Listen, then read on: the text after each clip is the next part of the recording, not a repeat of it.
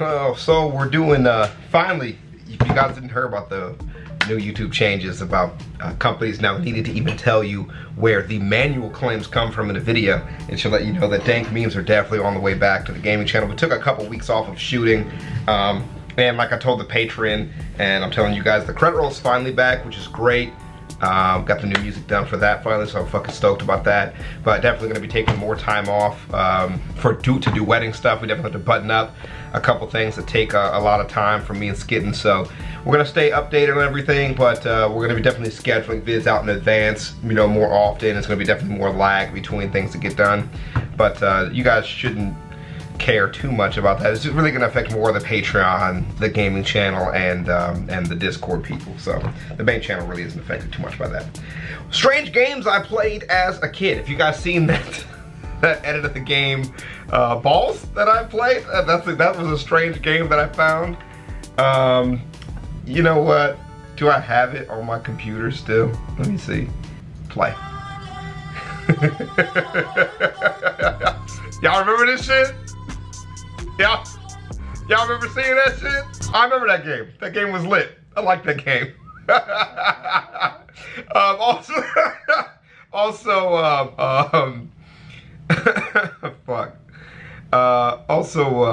Beauty and the Beast. Do you guys remember that Beauty and the Beast game? That game was fucking lit on Sega. It took me and my sister forever to progress in this game because we didn't have a way to save it. With that, this game is old school as fuck. I don't know how strange it was, you know, but it was kind of cute, but definitely a slice of childhood. I remember this music is so nostalgic for me. It's one of the oldest games I remember playing vividly. And it took, where's the part with the damn books? Look at those graphics. I can already relate. Oh no, that door is not locked. I watched that woman just waltz right through. Let me in right now or I swear to— As a kid, my first video game experience was when my parents got me a Game Boy Advance when I was 5. I would lay on the couch sideways to the end of the lamp so I could actually see the game, because otherwise it was like playing nothing. My parents eventually got me that big bulky light add-on so I wouldn't have to look like a moth whenever I wanted to play Super Circuit. Those were classic childhood days I look back on fondly. I had the purple, like slightly transparent Game Boy Color, and when you put that thing on it, my parents got me the battery pack to put on it. And I remember it was such a cute moment. There was a kid that I knew who basically wasn't gonna have a Christmas because his parents couldn't afford anything, and I was like 18 or 19 years old, and the mom was stressed out. And I remember telling her, I was like, hey man, I have my old Game Boy Color. I mean, I was like, I know it's like a super antique at this point, but I got a ton of games for it. You give me like $100 and I'll give you the Game Boy Advance and all the games that I have for it, plus the battery pack and all this shit. Like, your kid will have a fucking blast. And I remember it blew that kid's mind at the time, but it was really fucking awesome. Play. It's weird how technology was so good, but also straight up crap. You can't see the games because the screen is too dark. I don't know, here's a tiny light bulb. I played mainstream games like Pokemon and Mario and Kirby, but my parents also got me really random games they probably just found in the clearance bin at the store. What good which made parents? For a mix of some interesting gaming experiences. And I kind of wanted to relive the glory days and see if the games actually were like Game Boy Advance SP, I still got that. Them, and here's what happened. Still got that. First game, Powerpuff Girls Battle Hymn for the Game Boy Color.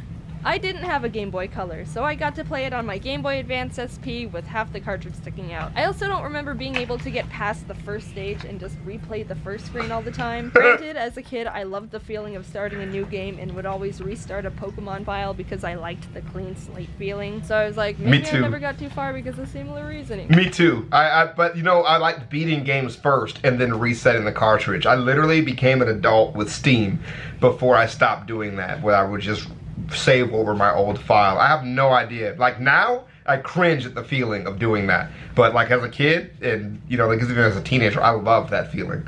Prestiging and Call of Duty, shit like that, amazing feeling. Just start over. I love it. No, not the case. This game can go die in a hole. I love it, it's my childhood, but oh my god, someone could hit all of them with a hammer, and I would not be sad. You play as Bubbles, which, may I mention, looks weirdly buff. Even as a kid, I was like, is this Bubbles a man? You fly around and collect like everything. There's so many collectibles, and I don't know what any of them do. Rings, trading cards, plutonium, hearts, phones, people. But it's almost impossible because the flying mechanics are like trying to control melting butter over a saucepan. The whole game is an ice level in the sky. There's also criminals afoot, and they're ready to fight you. You can beat them up, but I also like how if you just walk past them, they'll square up and then just go, meh.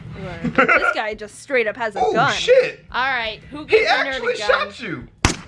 Ow! Ow! Stop! Ow! Stop! Also, Damn. What the heck is that? Is he hitting me? I don't think he's hitting me. I think he's just spinning angrily. Anyway, this game is bullcrap. The levels are huge and way too open for the screen size, so you get lost. Moving around is a nightmare. Things you need to do to progress are cryptic as heck. The first level, you've got to find a key after rescuing Miss Bellum. Where's the key? Under a secret cave that's almost invisible and hard to get to. That's not level 1 material. Oh, why wouldn't you want to explore the area and find it on your own? Because the controls are garbage, and I'm honestly just trying to survive.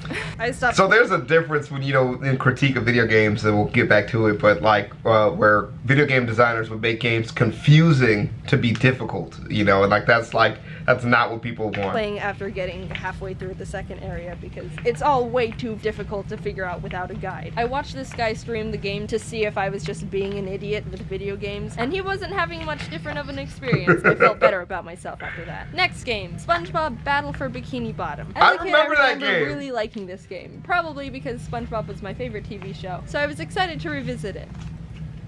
I was shot down real quick. This game's a platformer with a pretty simple plot. Plankton made a bunch of robots to steal a Krabby Patty formula, but forgot to set the obey Plankton lever to on. And why bother just flipping it to obey when it's already down anyway? So now there's robots all over the place, not obeying anyone, and SpongeBob needs to do something about it because Mr. Krabs says they're scaring away me customers. But the thing is, the robots are kinda harmless. They just ponder around and do nothing necessarily evil. Even when you bump into them, they're like, oh, pardon me. This robot can't harm you. This big guy wouldn't hurt a fly. This one takes you to where you need to go. I don't see much of an issue here other than the fact there's just robots walking around.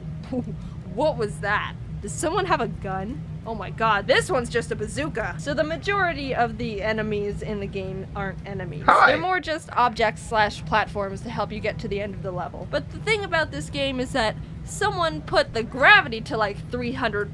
SpongeBob can't jump high or far enough to cover almost any ground, so most of the time you have to redo a bunch of stuff because if you don't wait until the last little pixel of the platform, then you ain't making that jump. It's so tedious and adds a bunch of frustration to the game. Not to mention the robots you're supposed to jump or stand on move so slow, and most of the time when you get to them, they're moving the opposite direction, so you have to wait for them to slowly float all the way back to you a decade later, only for you to miss the jump because the gravity is bricks. I played through the whole game, and the amount of times I died because I couldn't see the next platform, or had to take leaps of faith, or even just got hit with bullets out of nowhere was torture. Just move the camera. You're making me dizzy. Zoom the camera. I don't know where I can't. Oh my god. I thought the boss levels were decent. They're probably the easiest parts of the game, though. The Patrick robot was horrifying, and I don't want to see it ever again. Jesus. I love this game. I have great memories playing it like 13 years ago, but right now, it's dead to me. Great game. I played it a bunch as a kid. It can burn in a ditch. And it's in the box. To Barbie Groovy games. Ooh. I know, it sounds weird. Jaden, why did you have a Barbie game? Were you super girly as a kid? No, I wasn't. My parents just gave it to me,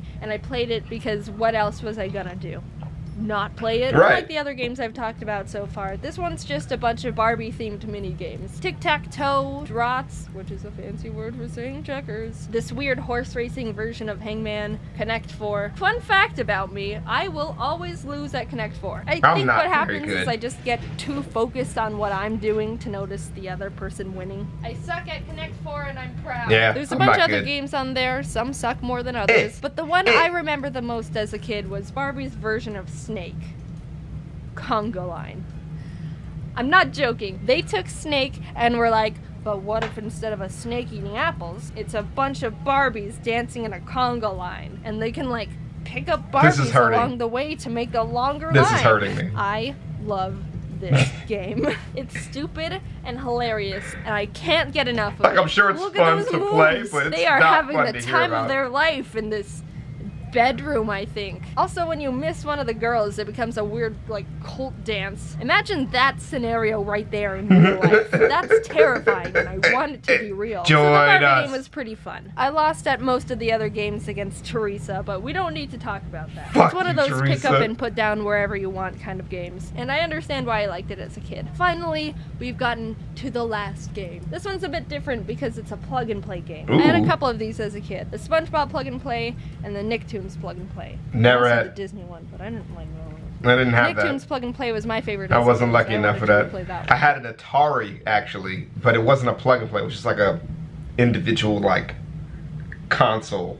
It was like built like a little arcade thing. There's a Fairly Odd Parents game that's kind of just Pac-Man. Jimmy Neutron game with ladders and aliens. It's alright. A SpongeBob board game thing you can play with friends. These games are But the games that I wanted to talk about are the Rocket Power one. Ooh, Rocket Power. The other SpongeBob game. There's two. This is the better one. I loved the Rocket Power one and would mainly play the plug and play just for this game specifically. It's basically a top-down scroll game where you avoid obstacles, go through flags, and grab collectibles for points. But that wasn't my favorite aspect of the game. I liked this part. You get points from jumping and literally demolishing other skateboarders. My 7-year-old self would go out of my way every level to destroy as many other children as possible. I didn't care how much it slowed down my time. That was not my objective here. Overall, 10 out of 10 game, entertained me for years. The objective of the SpongeBob game was to shoot Krabby Patties into the mouths of everyone in town and grab the money they toss on the ground. I mean, it's not conventional, but I guess there's nothing particularly wrong with that business exchange. Everyone just wants a Krabby Patty, so as long as you don't run out of patties, you can kind of just shoot them at whoever. Oh, jeez. Sorry about that, man. I didn't... Alright, besides that guy, you can just shoot them at... Oh, no! Is that kid dead? What happened there? That shit looks boring as fuck. He looked not too upset about the fact that Is it better when you play it? While he was dangling 15 feet in the air. I guess the world moves on. I'll just not think about it and keep doing this Krabby Patty stuff. Alright. Did anybody else think that SpongeBob Unicycle was cool as fuck? I always thought that shit was cool as hell. For the greater good. Another 10 out of 10 game. That was my nostalgic trip down weird video game lane. Those are weird. Those are definitely weird. Way weirder than I thought they would be. Have you guys played any of those? I've only played the Bikini Bottom one on the Game Boy Advance. I didn't remember it being that whack, but I guess it really was. I had a ton of games too that I would get from GameStop. You already know the story for the buy 2 used, get 1 free deal. But I would have so many games after that that I wouldn't play a lot of them. But yeah, do you guys remember any of those games? Do you guys have any games that were just pathetically bad that you love playing? Because I would love to hear about them. And you know, it's so easy to find emulators and stuff online now. So I love, you know, occasionally downloading and playing some of these games. I'll holler at you guys later, man. Peace.